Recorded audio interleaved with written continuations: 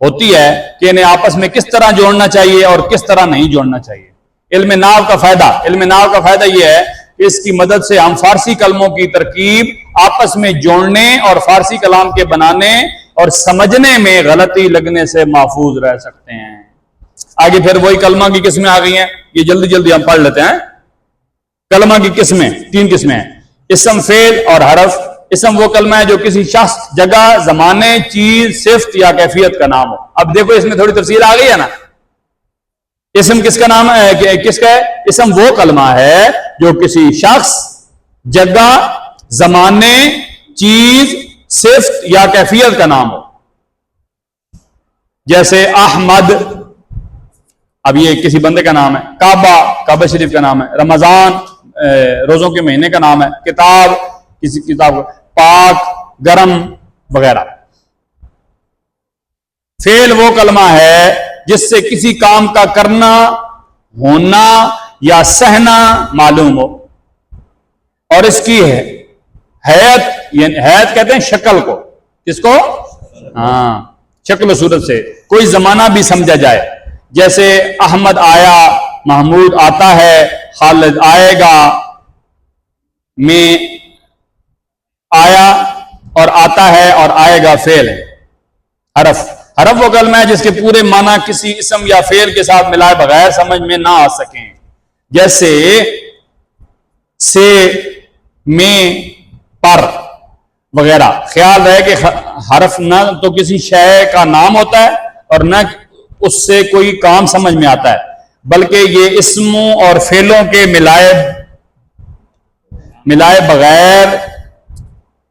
ملانے وغیرہ کے کام آتا ہے۔ اچھا، ملانے وغیرہ کے کام آتا ہے۔ اسم کی قسمیں جی بس یہ پڑھتے ہیں، اور پھر اسم کی 2 قسمیں ہیں۔ الف، یہ پہلی جز ہے جی، یعنی پہلی جز میں جو اسم کی قسمیں ہیں وہ کون کون سی ہیں؟ اسم ذات اور اسم صفت۔ بولو ذرا۔ اسم ذات اور اسم صفت۔ اسم ذات وہ اسم ہے جو کسی شے کی خود ذات کا نام ہو، جیسے احمد، زمین، درخت وغیرہ۔ یہ جو نام ہے یہ ذات کے نام ہے۔ اور اس میں صفت وہ اسم ہے جو کسی شے کی کسی خصلت، کیا بولا ہے لفظ میں نے؟ خصلت۔ کس کو کہتے ہیں؟ عادت کو۔ کس کو؟ عادت۔ ہاں، یا حالت و کیفیت کا نام ہو، جیسے پاک اب صفت ہے نا، پلید یہ بھی صفت ہے، سرد ٹھنڈا ہونا یہ بھی، گرم یہ بھی۔ اب با جز آ گئی ہے جی۔ اسم کی 2 قسمیں ہیں، اسم ضمیر اور اسم ظاہر۔ اسم ضمیر وہ اسم ہے جو کسی غائب یا حاضر یا متکلم کے نام کے بجائے بولا جائے۔ اب دیکھو، ضربا، اس نے مارا، اسم ضمیر ہے نا۔ اسم ضمیر کیا ہوتا ہے؟ ہاں، جو اسم ظاہر کی جگہ پہ استعمال ہو۔ مثال دے دوں؟ مثال ہے محمد عثمان آیا، محمد عثمان نے پنکھا لگایا۔ یہاں تک میں کیا لے رہا ہوں؟ اس کا اسم ظاہر۔ اس میں اب میں اگلی گفتگو جو کروں گا اس میں آپ کو اس میں ضمیر سمجھ آئے گی۔ اس نے پڑھنا شروع کیا، اس نے بہت چھٹیاں کی، اس نے میٹرک پاس کر لی۔ اب یہ جو محمد عثمان کی جگہ اس شروع ہو گیا ہے نا، یہ ضمیر ہوتی ہے۔ نام کی جگہ پہ جو استعمال ہوتی ہے اسے کیا کہتے ہیں؟ اس میں بچے سمجھ آئیے؟ کیسے پکانا یہ کون سور پہ کرنا؟ جاؤ باہر جا کے صاف کر کے اٹھو۔ یہ پلہ رکھنا اسی لیے سنت ہے بھائی، نہ کہا ہوئے تو پوچھ گنو۔ آپ کسی کے پاس کوئی پلہ چلنا نہیں ہوتا، پگڑی کے دے نہیں بن سکنے ہو تو خدا توفیق فی الحال نہیں پہ دینا، اگے مان کے دے سکو، جیسے جیسے بندہ اڑتا ہے تو رنگ کٹتا ہے، تو ایک پلہ تو رکھ لیا۔ کپڑا رکھنا اور ڈنڈا رکھنا یہ دونوں کیا ہیں؟ سنت۔ کپڑا رکھنا کیوں سنت ہے؟ اس لیے کہ جیسے ابھی اس کو یہ تکلیف ہو گئی زکام والی تو یہ پونجھ لے، یا کہیں جا رہا تھا تو بارش آ گئی اوپر کر لے، یا کہیں جا رہا تھا کپڑے پلید ہو گئے تو وہ باندھ کے نماز پڑھ لے. ہاں جی, کہیں سونے لگا تھا تو اوپر کر لے جی, کہیں راستے میں لیٹنا پڑ گیا, جگہ صاف نہیں تھی تو وہاں پلنا بچھا کے اوپر لیٹ جائے جی. اور ڈنڈا اس لیے کہ بارش ہو رہی تھی, سلپنگ ہو گئی تو اس کی ٹیک سے بچ جائے گا. کوئی موذی جانور آ گیا, کتا آ گیا, سانپ آ گیا, اس کو مار لے گا. کوئی دشمن آ گیا, اس دو چار پاون پگیاں پکیاں جی. ہاں, یہ سنت میں اتنی حکمتیں ہیں. تو آگے چلو جی.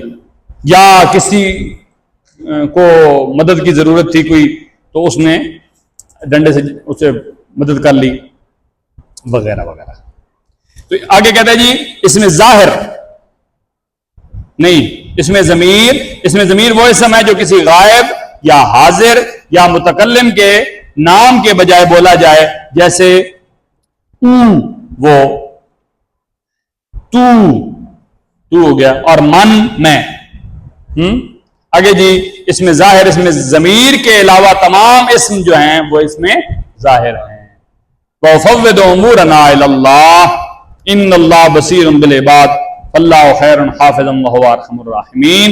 اللہ کریم جو ہم نے پڑھا ہے اس کو پڑھ کے سمجھ کے عمل کی توفیق نصیب فرمائے. وآخر دعوانا ان الحمد للہ رب العالمین.